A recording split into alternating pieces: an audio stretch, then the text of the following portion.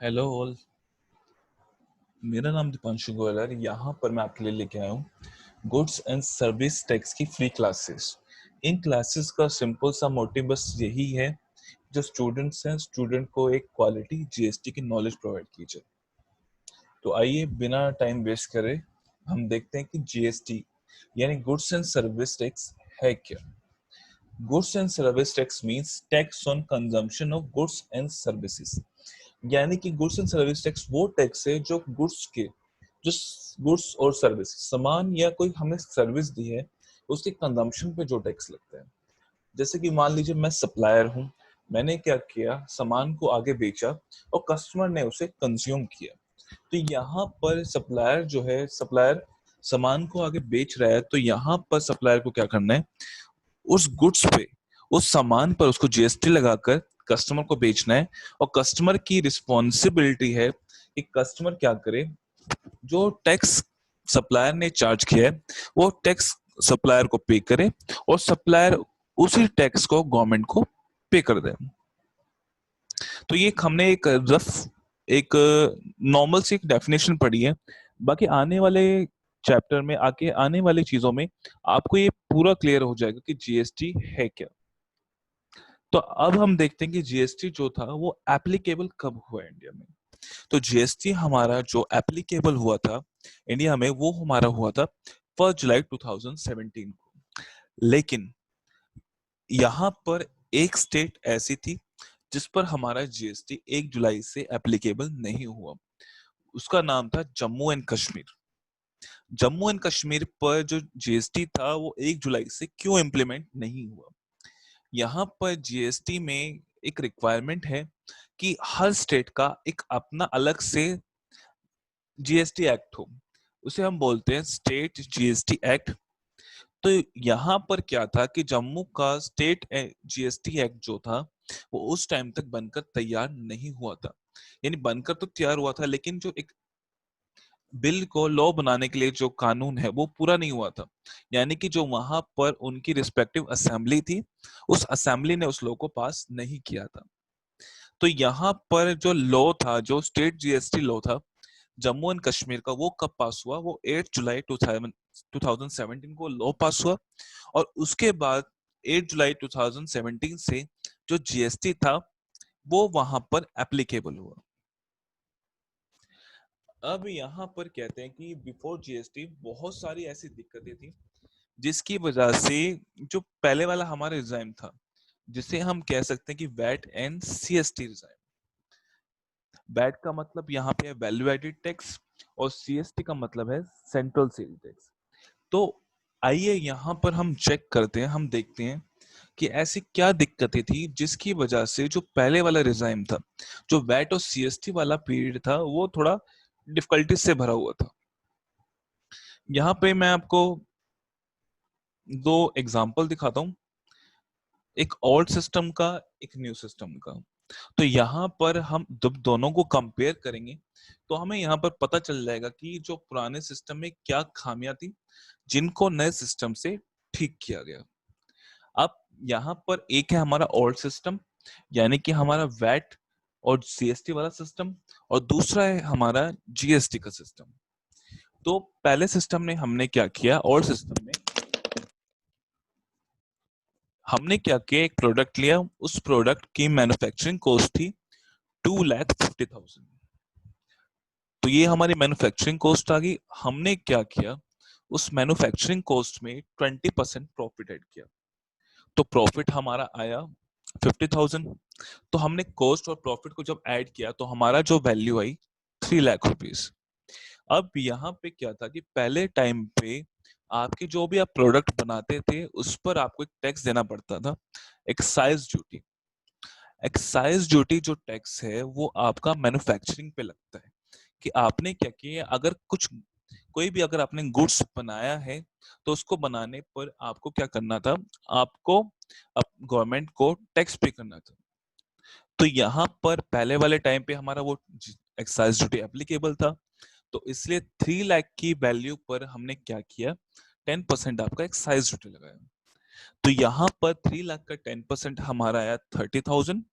और 3 लाख को हमने जब 30,000 में प्लस किया तो हमारा जो कॉस्ट आफ्टर टैक्स आई वो थी 3,30,000। अब हमने क्या किया कि जब हम इस गुड्स को बेचने के लिए गए, हमने इन गुड्स को कस्टमर को बेचा तो उस पर हमारा वैल्यू एडेड टैक्स लगता था। जैसे अब हमारा जीएसटी लगता है उस टाइम पर हमारा वैल्यू एडेड टैक्स लगता था।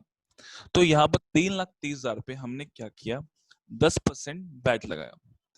3,30,000 का 10% जो वैट था हमारा वो था हमारा 33,000।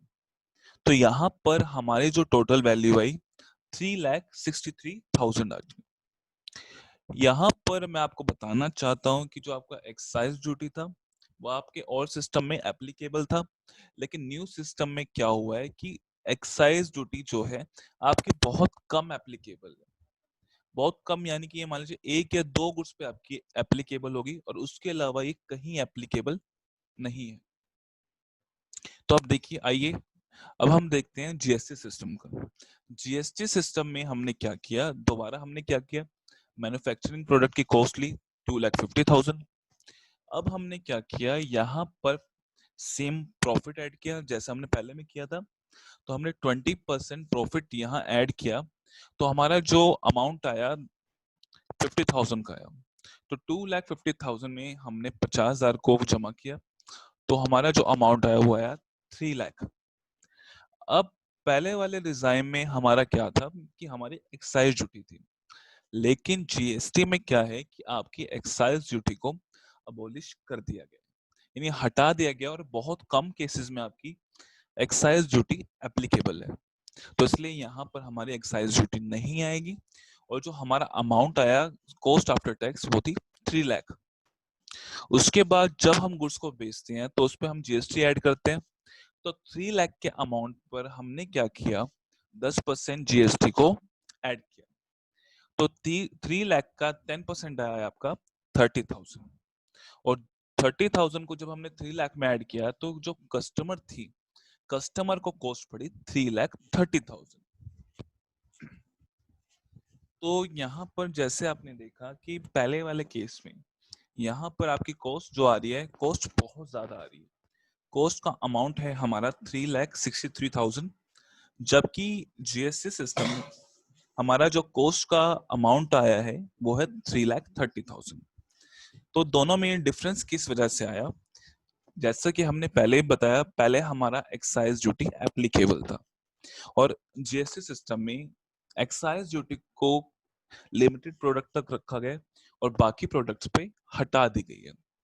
दूसरी बात, यहाँ पर जो हमारा 3,30,000 था और सिस्टम में जो हमारा 3,30,000 था, वहां पर जब हमने उस पर वैट निकाला, हमारा वैट था 10%। तो 3,30,000 पर जब हमने वैट निकाला तो हमारा अमाउंट आया 33,000। यहाँ पर कि आप देख सकते हैं 3,30,000 में 330,000 का जो अमाउंट है वो है एक्साइज ड्यूटी का। अब यानी कि हमने क्या किया, 3,30,000 का 10% निकाला तो यहाँ पर जो हमारा वैट आया है, वैट का कुछ पार्ट हमारा एक्साइज ड्यूटी के ऊपर भी आया है। यानी कि हम कह सकते हैं कि यहाँ पर हमारा एक्साइज ड्यूटी के ऊपर हमने वैट लगा दिया, यानी कि ये तो गलत हो गया। हमने क्या किया, जो गवर्नमेंट को हमें टैक्स देना था उसी के ऊपर हमने टैक्स लगा के गवर्नमेंट को दे दिया। तो यहाँ पर क्या थी, ये एक दिक्कत थी जिसकी वजह से जो जीएसटी जो वैट सिस्टम था वो लोगों को खासा पसंद नहीं आया, क्योंकि पहले तो उनकी एक तरह से टैक्स के ऊपर टैक्स देना पड़ रहा है और दूसरी बात जो कॉस्ट पड़ रही है प्रोडक्ट की वो भी ज्यादा आ रही है।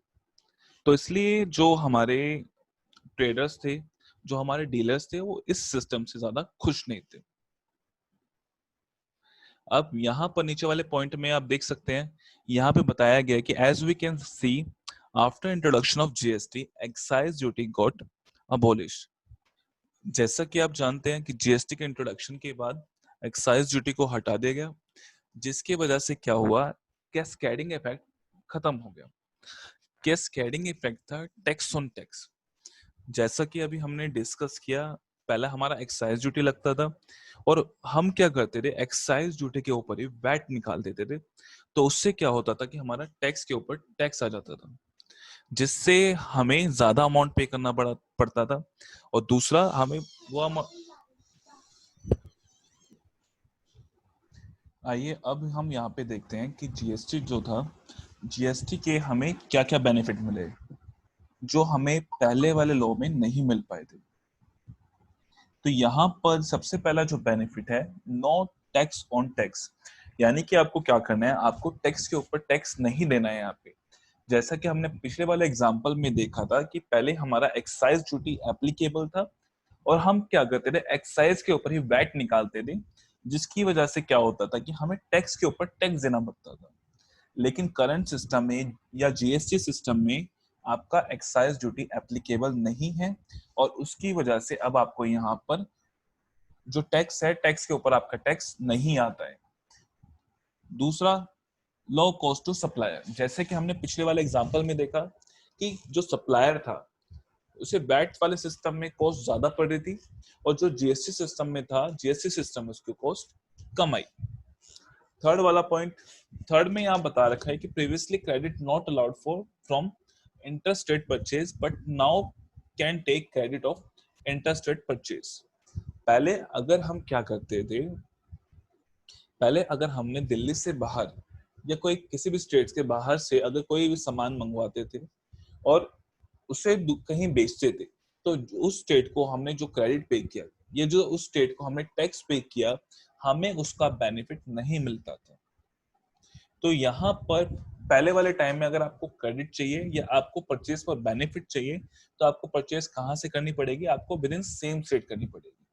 लेकिन जीएसटी में ऐसा कुछ नहीं है, चाहे आप परचेज पर्टिकुलर अपनी स्टेट से कीजिए, चाहे आप किसी और स्टेट से परचेज कीजिए, आपको यहाँ पर क्रेडिट मिलेगा।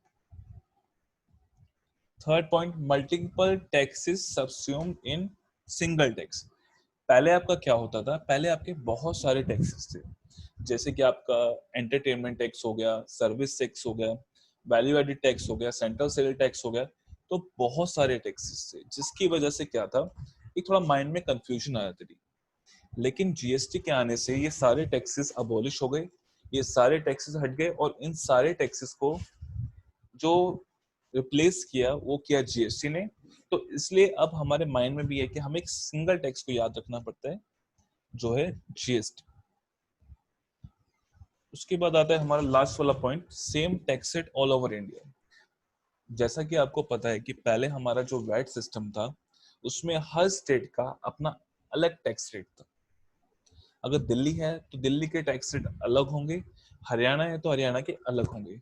लेकिन जीएसटी के आने से पूरे इंडिया में आपका सिंगल टैक्स रेट एप्लीकेबल होते हैं। तो इसकी वजह से क्या होता है कि जो सामान आपको दिल्ली में जिस रेट पर मिल रहा है, वही रेट पर आपको हरियाणा में मिलेगा और उसी रेट पर आपको तमिलनाडु में मिलेगा। तो इसकी वजह से आपका एक न्यूट्रल मार्केट क्रिएट हो गया इंडिया में कि आप कहीं से भी कोई सामान लें, आपको रेट सेम मिलेगा क्योंकि टैक्स का रेट सेम है। अब यहाँ पर हम दिखाते हैं कि जीएसटी को लाने के लिए यहाँ पर अलग अलग टैक्सेस को अबोलिश किया गया और यहाँ पर जीएसटी को लाया गया।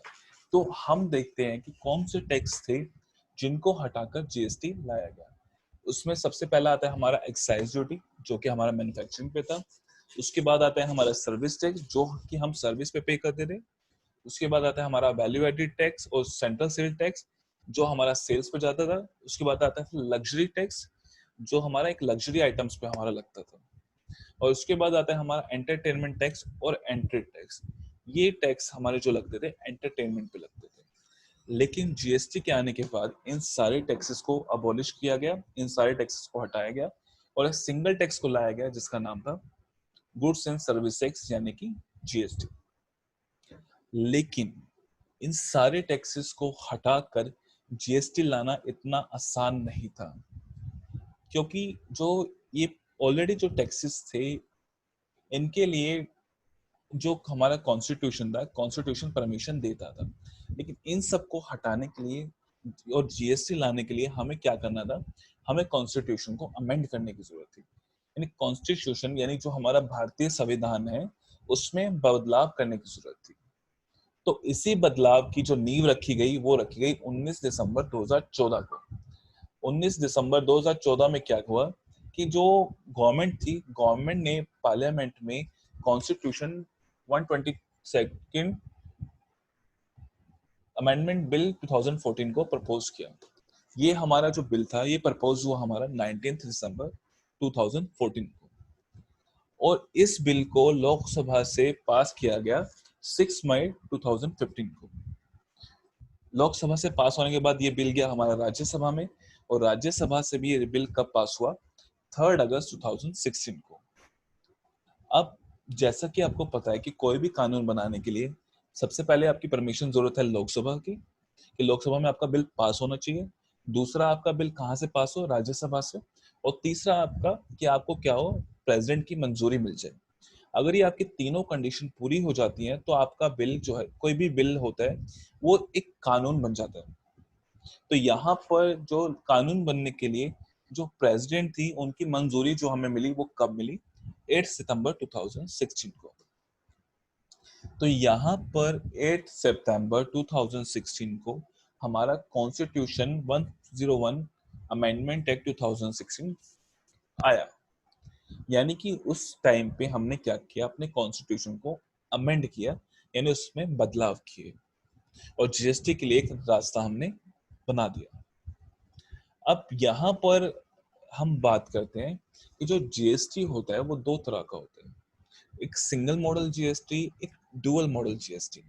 सिंगल मॉडल जीएसटी में क्या होता है कि जो टैक्स होता है, जो जीएसटी टैक्स होता है, वो खाली एक सिंगल गवर्नमेंट को मिलता है। और ये जो सिंगल मॉडल जीएसटी है ये वहां पर ज्यादा अच्छे से एप्लीकेबल होता है जहां पर सिर्फ एक गवर्नमेंट है, यानी कि वो एरिया जहां पर ज्यादा गवर्नमेंट आपकी नहीं है, ज्यादा आपका उनका एरिया ज्यादा नहीं, जिसके लिए उनको संभालने के लिए अलग अलग गवर्नमेंट को बनाया जाए। लेकिन डुअल मॉडल जीएसटी जो है, यहाँ पर क्या होता है कि जो भी आपका टैक्स से पैसा कलेक्ट होता है वो आपका अलग अलग एक सेंटर और एक स्टेट के बीच आपस में बांटा जाता है। तो यहाँ पर सिंगल मॉडल जीएसटी में खाली सिंगल गवर्नमेंट के पास रहता है, जबकि डुअल मॉडल जीएसटी में ये पैसा जितना भी आपका मिलता है वो स्टेट और सेंट्रल गवर्नमेंट के बीच आपस में डिवाइड किया जाता है इन अ स्पेसिफाइड रेशियो। अब रेशियो हमें नहीं पता, वो गवर्नमेंट का अपना एक तरीका है देखने का, लेकिन हमें खाली इतना पता है कि दोनों के बीच में बांटा जाता है। अब यहाँ पर हम सेल देखते हैं, हमारी दो तरीके की सेल होती है। पहली सेल हमारी इंटरस्टेट सेल, यानी कि हमने क्या किया, एक स्टेट से दूसरी स्टेट में हमने सामान को बेचा। जबकि दूसरी होती है हमारी इंट्रा स्टेट सेल, कि हमने क्या किया, विद इन सेम स्टेट हमने क्या किया, सामान को बेच दिया। अगर हम क्या करते हैं, हम इंटरस्टेट सेल हम करते हैं, तो उस केस में जो सेल पर जो हमारा जीएसटी का अमाउंट चार्ज किया जाता है उसे हम कहते हैं integrated goods and service tax, या फिर हम उसे कह सकते हैं आईजीएसटी। लेकिन वहीं अगर हमने क्या किया, इंट्रास्टेट सेल की है, यानी कि हमने क्या किया, विद इन सेम स्टेट सामान को बेचा है, तो उस केस में हमारे दो टैक्सेस चार्ज किए जाते हैं। जो टैक्सेस होते हैं वो है हमारा central goods and service tax और state goods and service tax, जिन्हें हम बोल सकते हैं सीजीएसटी और एसजीएसटी। अब यहाँ पर इंटरस्टेट सेल में हमारा जो आईजीएसटी हमने चार्ज किया, उस आईजीएसटी का क्या होता है कि उसको सेंट्रल गवर्नमेंट और स्टेट गवर्नमेंट के बीच में बांटा जाता है। जबकि इंट्रास्टेट सेल में जो हमारा सीजीएसटी आता है वो हमारा जाता है सेंट्रल गवर्नमेंट को, और जो एसजीएसटी आता है वो जाता है हमारा स्टेट गवर्नमेंट को।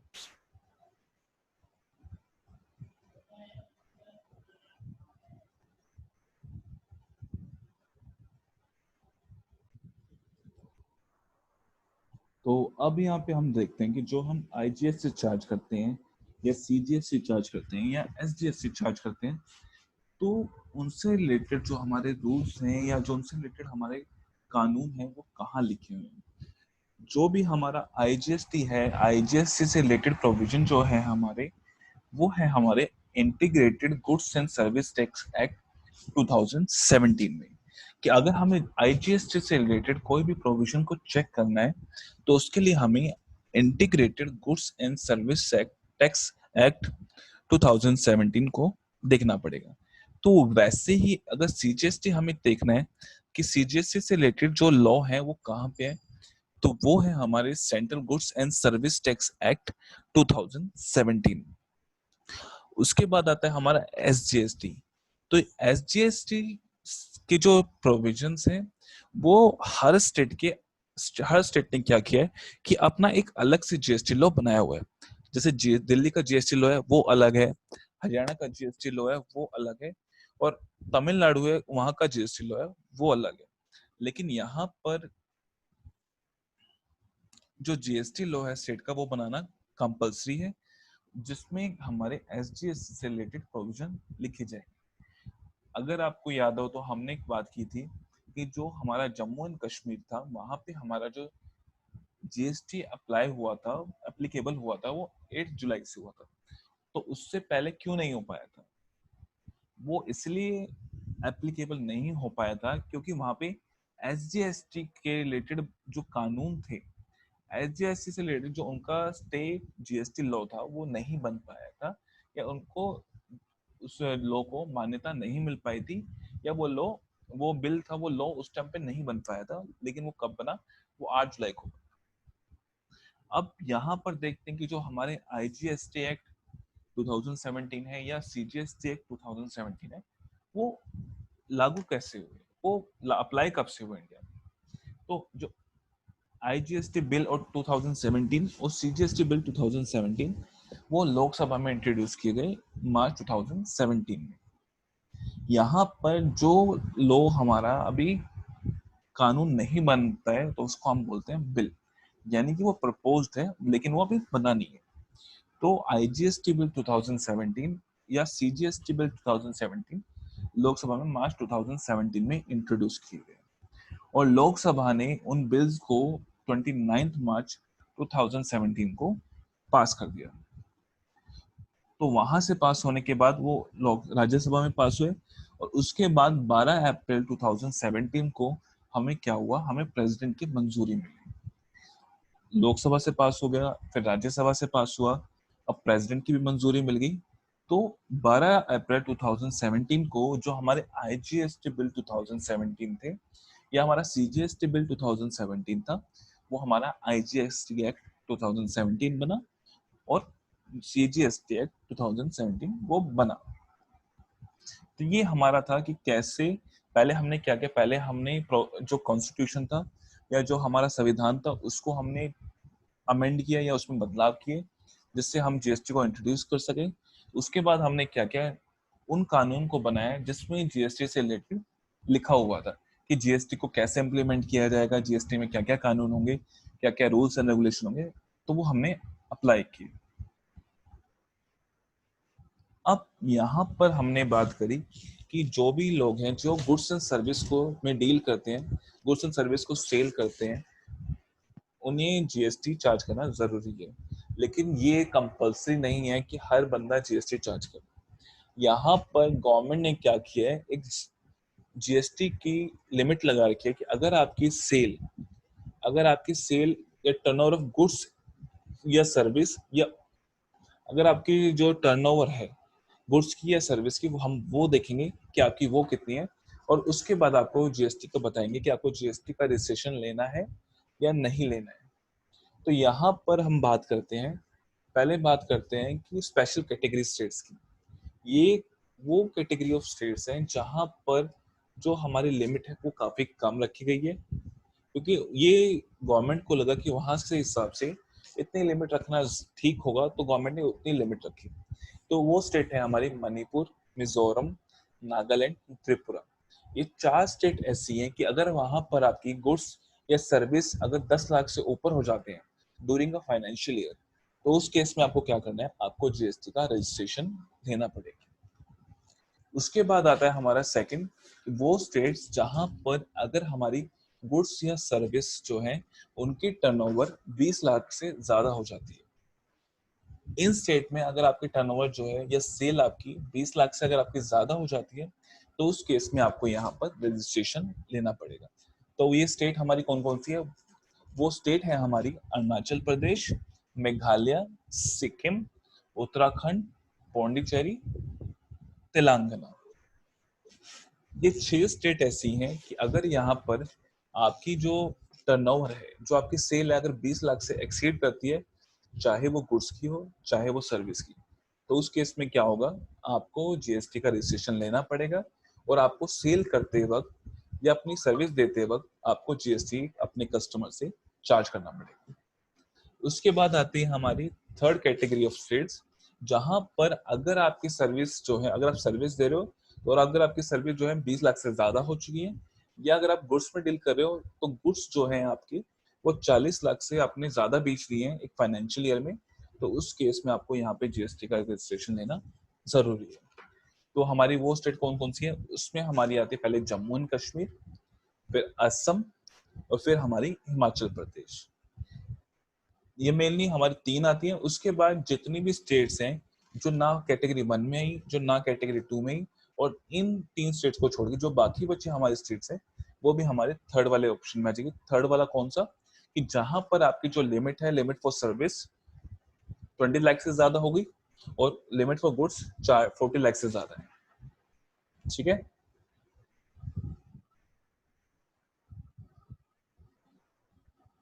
उसके बाद आता है कि जीएसटी में जो टैक्स है, अगर आपका एसेंशियल गुड्स एंड सर्विसेज है तो उनपे गवर्नमेंट ने क्या किया, आपको छूट भी दे रखी है कि या तो आपको उन सर्विसेज पे या गुड्स पे टैक्स नहीं पे करना, और अगर पे करना है तो कम रेट से पे करना।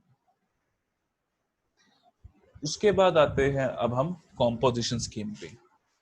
नॉर्मली लोग कहते हैं कि जीएसटी का रजिस्ट्रेशन लेने के बाद हमें बहुत ज्यादा कॉम्प्लायंसेस का सामना करना पड़ता है।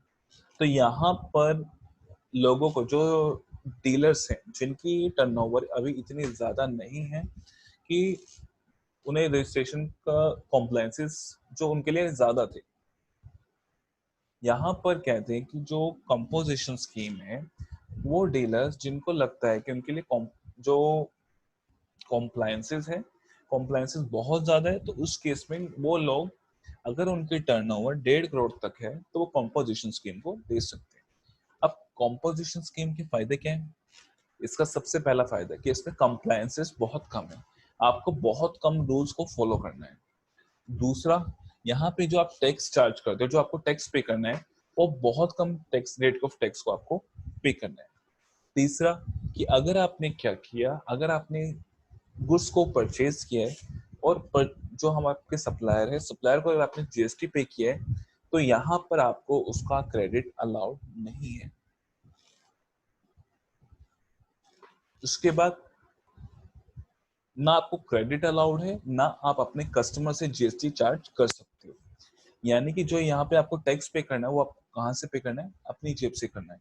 लेकिन जो टैक्स का रेट है वो बहुत कम होता है, तो इसलिए कॉम्पोजिशन में कोई इतनी दिक्कत नहीं होती। उसके बाद है, जैसा कि आपका जो नॉर्मल डीलर्स हैं उन्हें हर महीने टैक्स जमा करवाना होता है, लेकिन कंपोजिशन स्कीम में जो आपको टैक्स जमा करवाना है वो आपको क्वार्टरली बेसिस पे करवाना है।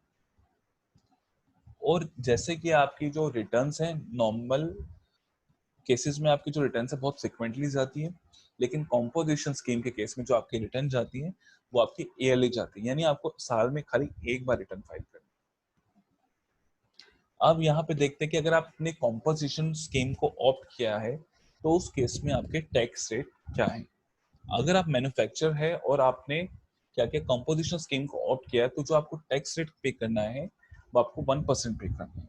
उसमें 0.5 का जो अमाउंट है वो सीजीएसटी का अमाउंट है, और 0.5 है वो है एसजीएसटी। वही आपका रेस्टोरेंट सर्विस है, रेस्टोरेंट सर्विस पे जो आपका रेट एप्लीकेबल है वो है 5%। उसमें 2.5 आपका सीजीएसटी का है और 2.5 आपका एसजीएसटी। उसके अलावा अगर आप किसी और ट्रेडिंग सर्विसेज में हैं तो वहां पर भी आपका 1% का रेट है, उसमें 0.5 आपका सीजीएसटी का और 0.5 आपका एसजीएसटी।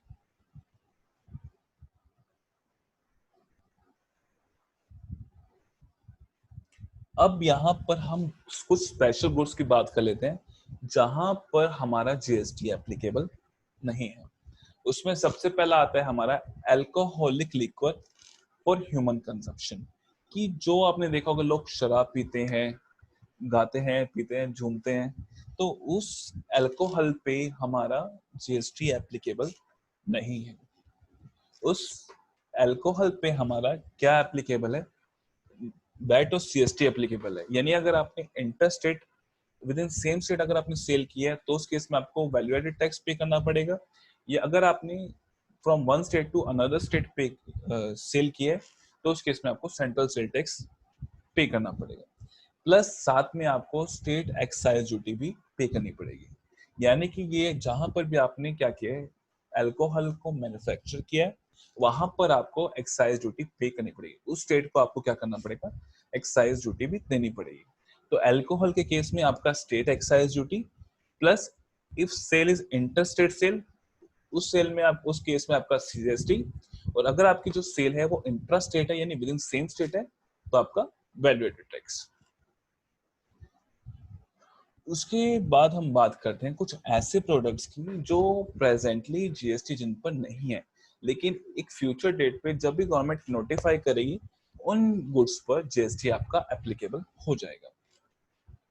तो वो आपके गुड्स है कौन कौन से, वो है आपके petroleum, crude oil, diesel, petrol, aviation turbine fuel, natural gas. ये आपके जो गुड्स हैं ये आपकी तरफ से सोशल इंपॉर्टेंस के गुड्स हैं, लेकिन अभी इन पर जीएसटी अप्लाई नहीं है, एप्लीकेबल नहीं है। लेकिन गवर्नमेंट कहती है कि हम एक फ्यूचर डेट में एक डेट पे अगर नोटिफाई कर दें तो उसके तब से ये गुड्स क्या हों जीएसटी के लिए लायबल ये हो जाएंगे। लेकिन अभी गवर्नमेंट ने कुछ नोटिफाई नहीं किया टिल डेट। अभी तक जो इस पे चार्ज किया जाता है, अगर इस पे जीएसटी नहीं लगता है तो गवर्नमेंट इतनी अच्छी तो है नहीं कि आपको कोई टैक्स चार्ज नहीं करेगी। इन जो गुड्स होते हैं इन पे आपका अलग से टैक्स चार्ज किया जाता है, वो है आपका सेंट्रल एक्साइज ड्यूटी। आपने देखा था अल्कोहल के केस में स्टेट एक्साइज ड्यूटी था, जबकि इन गुड्स के केस में सेंट्रल एक्साइज। सेंट्रल एक्साइज का मतलब है कि जो भी यहाँ से आपका पैसा आता है, जो भी इस ड्यूटी से पैसा कलेक्ट होता है वो जाता है आपको सेंटर के पास, वो आपका सेंट्रल गवर्नमेंट को जाता है। जबकि स्टेट एक्साइज ड्यूटी में जो भी पैसा इकट्ठा होता है टैक्स का वो स्टेट के पास जाता है। यहाँ पर सेंट्रल एक्साइज ड्यूटी के साथ में अगर आपने इंट्रा स्टेट सेल किए यानी विद इन सेम स्टेट अगर आपने बेचा है तो उस केस में आपको वैट देना पड़ेगा, और अगर आपने एक स्टेट से दूसरे स्टेट में बेचा है तो उस केस में आपको सेंट्रल स्टेट टैक्स पे करना पड़ेगा। उसके बाद आता है हमारा टोबैको। टोबैको पे कहते हैं कि टोबैको पे आपका गवर्नमेंट ने जीएसटी को एप्लीकेबल कर दिया है, प्लस साथ में यहाँ पर आपकी सेंट्रल एक्साइज ड्यूटी भी एप्लीकेबल है। नॉर्मली मैंने आपको बोला था एक्साइज ड्यूटी हट चुकी है, लेकिन कुछ गुड्स पे आपकी है। तो उन गुड्स कौन से थे, पहला हमने पढ़ा अल्कोहल। अल्कोहल पर जो भी आपकी एक्साइज ड्यूटी कलेक्ट होती है वो किसके पास जाती है, स्टेट गवर्नमेंट के पास। उसके बाद हमने स्पेशल इंपॉर्टेंस के गुड पढ़े जो कि थे हमारे petroleum, crude oil, diesel, petrol, aviation turbine fuel, natural gas. ये सारे हमारे वो गुड्स हैं जिन पर हमारी जो एक्साइज ड्यूटी हम कलेक्ट करते हैं वो जाती है हमारी सेंट्रल के पास। अब आता है हमारा टोबैको। टोबैको पे जीएसटी एप्लीकेबल है, लेकिन साथ में हमारी क्या एप्लीकेबल है, सेंट्रल एक्साइज ड्यूटी। यानी कि जो भी एक्साइज ड्यूटी हमारी कलेक्ट होती है वो हमारी किसके पास जाती है, सेंट्रल गवर्नमेंट के पास। उसके बाद आता है हमारा ओफीम, इंडियन हेम्प, नार्कोटिक्स ड्रग। ये सारे जो हैं कि क्या है, एक ड्रग्स का एक पार्ट है। ड्रग्स के अलग अलग प्रकार है कि किस तरह के आपके ड्रग्स होते हैं। तो यहाँ पर कहते हैं कि इन नार्कोटिक ड्रग्स या अफीम या इंडियन हेम्प पे क्या है, जीएसटी तो एप्लीकेबल है, लेकिन साथ में आपका स्टेट एक्साइज ड्यूटी भी एप्लीकेबल है।